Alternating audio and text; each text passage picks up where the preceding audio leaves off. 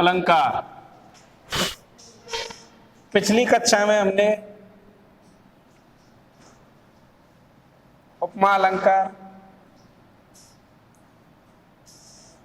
के बारे में जाना था। आज हम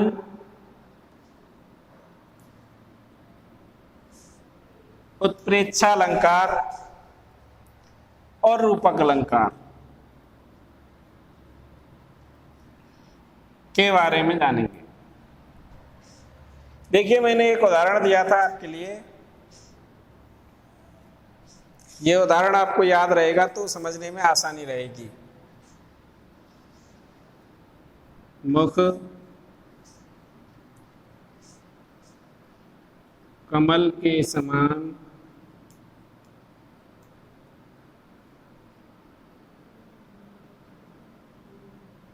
सुंदर है।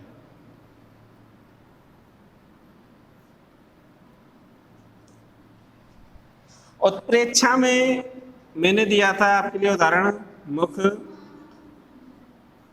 मानो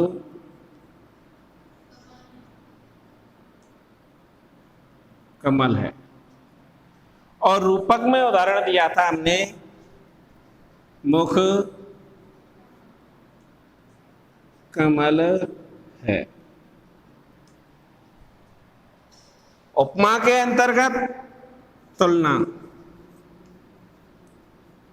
जहां तुलना हो जाए और वाचक शब्द सासी से समसरे सदृश एवं तुल्य अर्थात ज्यों जैसे जिमी तिमी इत्यादि मिल जाएं, वहां उपमा अलंकार होता है। अब इसको तो हमने विस्तार से पिछली क्लास में पढ़ लिया था, लेकिन उत्प्रेक्षा अलंकार, इसमें संभावना व्यक्त की जाती है। संभावना, यहां तुलना हो रही है, यहां संभावना व्यक्त की जाती है। ऐसा लगता है मानो मुख क्या है, कमल है, कमल के समान सुंदर है। और यहां सीधा आरोप कर दिया जाता है। जहां सीधा आरोप कर दिया जाए कि मुख मुख नहीं है, क्या है, कमल है, यहां सीधे सीधे कहा गया मुख कमल है। मुख मुख नहीं है, क्या है, कमल है।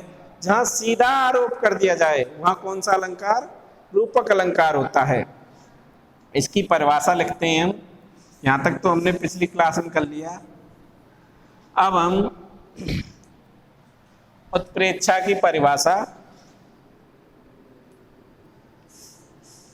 ये उत्प्रेक्षा अलंकार की परिभाषा है। जब काव्य के अंतर्गत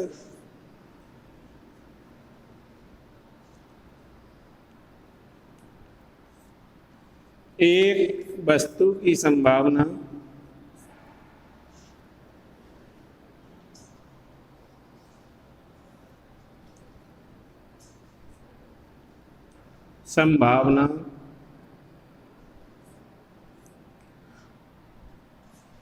दूसरी वस्तु के साथ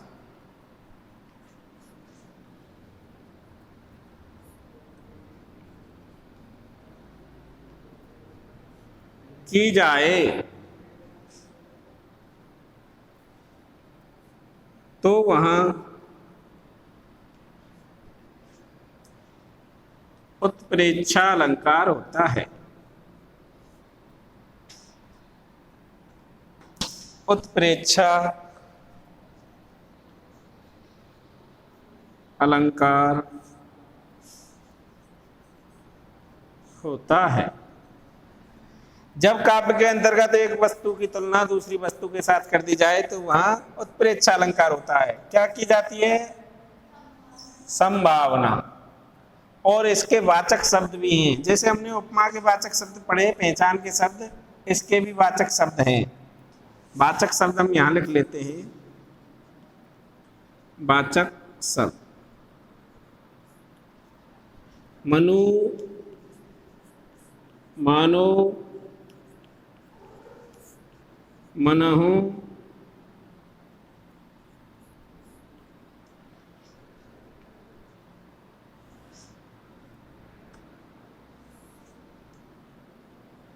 जनु जानो जनहु त्यों। उपमा में ज्यों और उत्प्रेक्षा में त्यों। उपमा में ज्यों आता था और इसमें क्या आता है, त्यों। ज्यों और त्यों का हमें विशेष ध्यान रखना है। मनु, मानो, मनहु, जनु, जानो, जनहु, त्यों। इन शब्दों में से एक ना एक शब्द हमें दिख जाए तो हम समझेंगे कि क्या है, उत्प्रेक्षा अलंकार है। बस ये देखना है संभावना हो रही है अथवा नहीं। एक उदाहरण लेते हैं।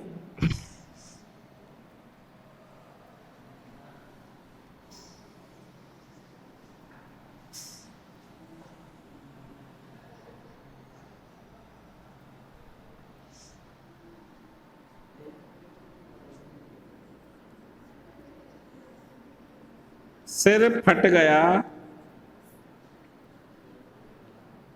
मानो लाल रंग का घड़ा।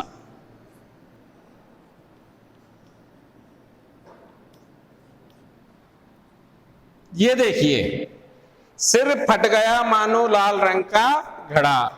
मनु, मानो, मनहु, जनु, जानो, जनहु, त्यों। इनमें से एक ना एक शब्द हमें दिखेगा तो ही उत्प्रेक्षा होगा। कोई शब्द देखिए यहां, मानो।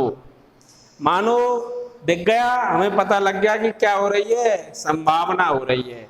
ये जितने भी शब्द हैं ये संभावना के सूचक हैं। सिर फट गया मानो लाल रंग का घड़ा, क्या हो गई, संभावना हो गई। अब हम पर इसका अर्थ आ रहा है, नहीं आ रहा है, लेकिन हम श्योर हो गए कि कौन सा अलंकार हो गया, उत्प्रेक्षा। एक ना एक कोई ना कोई सा जरूर मिलेगा यदि उत्प्रेक्षा होगा तो। यदि उत्प्रेक्षा हुआ तभी मिलेगा, नहीं तो नहीं मिलेगा। क्योंकि ये क्या है, सब संभावना वाचक हैं और जहां संभावना होती है वहां अलंकार उत्प्रेक्षा होता है। और देखिए उदाहरण,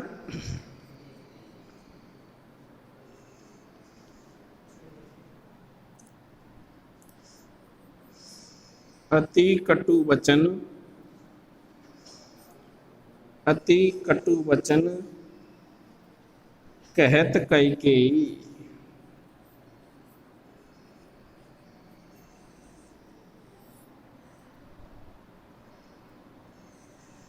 मानहु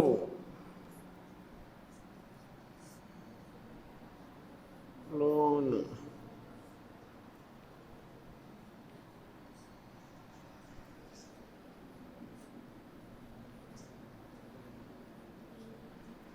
अति कटु वचन कहत कैकेयी, मानहु लोन जरे पर देई।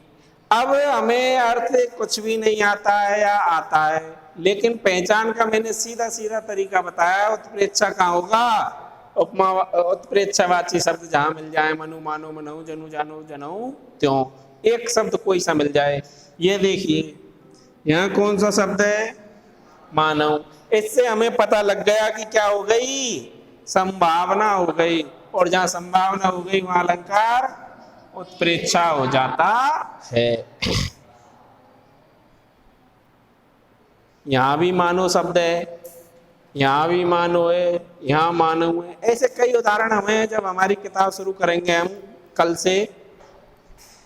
से जितने भी बच्चे ऑनलाइन क्लास ले रहे हैं वो अपनी किताब पाठ 1 पद का हम शुरू करेंगे। उससे पहले मैंने जो बेसिक है वो क्लियर कर दिया है कि अलंकार कौन सा कब कहाँ क्या होता है। उत्प्रेक्षा में संभावना व्यक्त की जाती है, उपमा में तुलना की जाती है, और रूपक में क्या कर दिया जाता है, आरोप कर दिया जाता है। अब हम तीसरा अलंकार लेते हैं, रूपक अलंकार।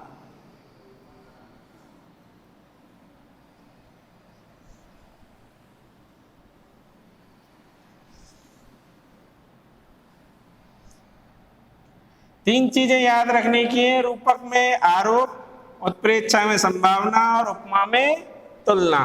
वाचक शब्द इसके भी है, वाचक शब्द इसके भी है, इसका कोई वाचक शब्द नहीं है। ये अर्थ करने पर ही हमें पता लगता है। जब हम अर्थ करते हैं तो अर्थ करते समय रूपी शब्द बीच में आता है। रूपी रूपी जब अर्थ करते हैं तो रूपी शब्द बीच में आता है, और जहाँ रूपी शब्द बीच में आ जाए तो 100% नहीं 99% हमें समझ लेना चाहिए कि यहाँ रूपक अलंकार है। लेकिन रूपक कठिन इसीलिए लगेगा कि इसके कोई वाचक शब्द नहीं है। अर्थ आ गया तो सही हो जाएगा, नहीं तो नहीं होगा। अब हमें ज्यादा टेंशन लेने की जरूरत है नहीं, क्योंकि हमारी जो किताब है उसी में से हमें ढूंढने हैं, और जब हम किताब पढ़ेंगे एक एक चीजें स्पष्ट हो जाएंगी। जब हम पाठ पढ़ेंगे अलंकार भी जो गुण आएगी गुण बता देंगे, रीति आएगी रीति बता देंगे। तो रूपक अलंकार की परिभाषा लिखते हैं हम। रूपक की परिभाषा, जब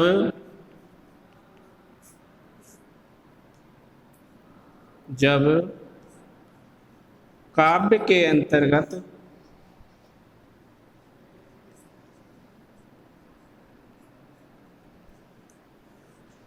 एक वस्तु का दूसरी वस्तु पर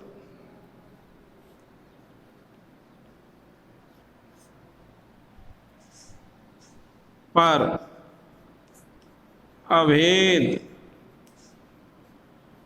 आरोप कर दिया जाए,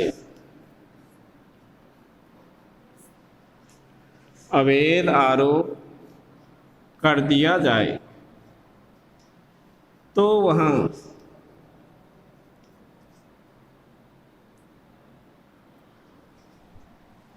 रूपक अलंकार होता है।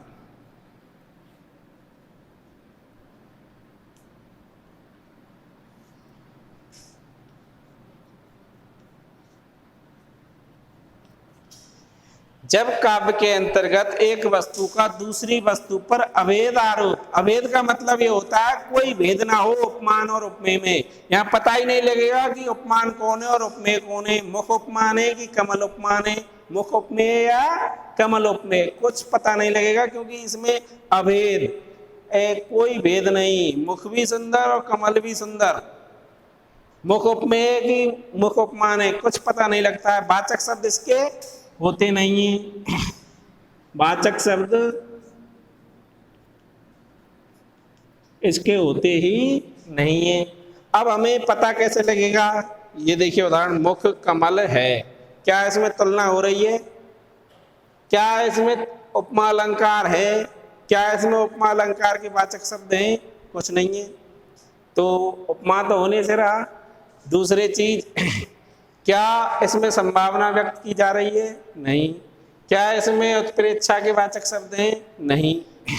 तीसरी चीज, रूपक अलंकार में मैंने बताया आरोप, इसमें आरोप सिद्ध कर दिया कि ये मुख मुख नहीं है, क्या है? कमल का फूल है। यही तो कह दिया कि ये मुख मुख नहीं है, क्या है? कमल है। मुख मुख नहीं है, कमल है। अभेद आरोप, कहीं मुख मुख ना है, क्या है? कमल। मुख कमल है।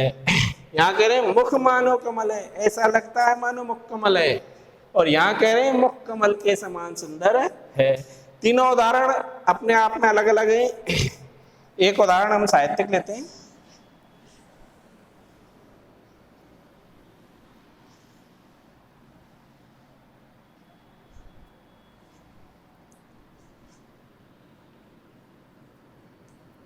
पायो जी मैंने राम रतन धन पायो। पायो जी मैंने राम रतन धन पायो। अब इसमें समझिए आप, मीराबाई कहती हैं कि मैंने तो राम रूपी धन प्राप्त कर लिया है। ये जो राम रतन धन, कैसा धन है? राम रूपी धन। यहां राम पर क्या आरोप कर दिया कि ये राम राम नहीं है, क्या है? रतन रूपी धन है। जब ऐसा हमें काव्य में देखने को मिले कि अर्थ करते समय रूपी शब्द और आरोप सिद्ध हो जाए, तो वहां रूपक अलंकार होता है। अर्थ करते समय क्या शब्द आता है? एक ही पहचान है। अर्थ करते समय अधिकांशतः रूपी शब्द बीच में आता है, वाचक शब्द इसके कोई है नहीं। अगर मैं कहूं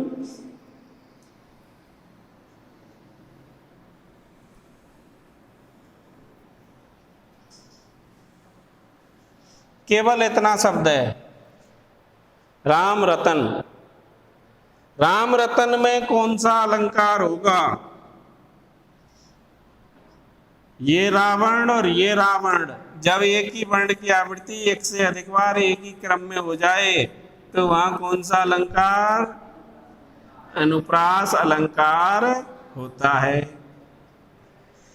एक वर्ण की आवृत्ति एक से अधिक बार, एक दो, एक दो, एक से अधिक बार हो गई पहले क्रम नंबर पर, और यहां भी पहले नंबर पर।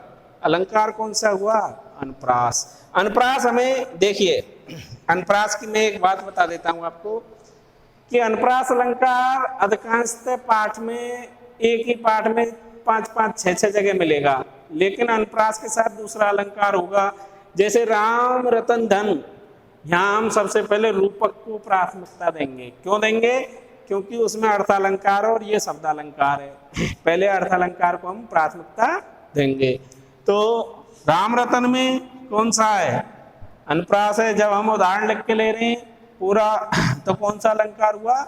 रूपक अलंकार। ये 3 अलंकार अत्यधिक महत्वपूर्ण अलंकार थे हमारी किताब शुरू करने से पहले। कल से हम किताब शुरू करेंगे और किताब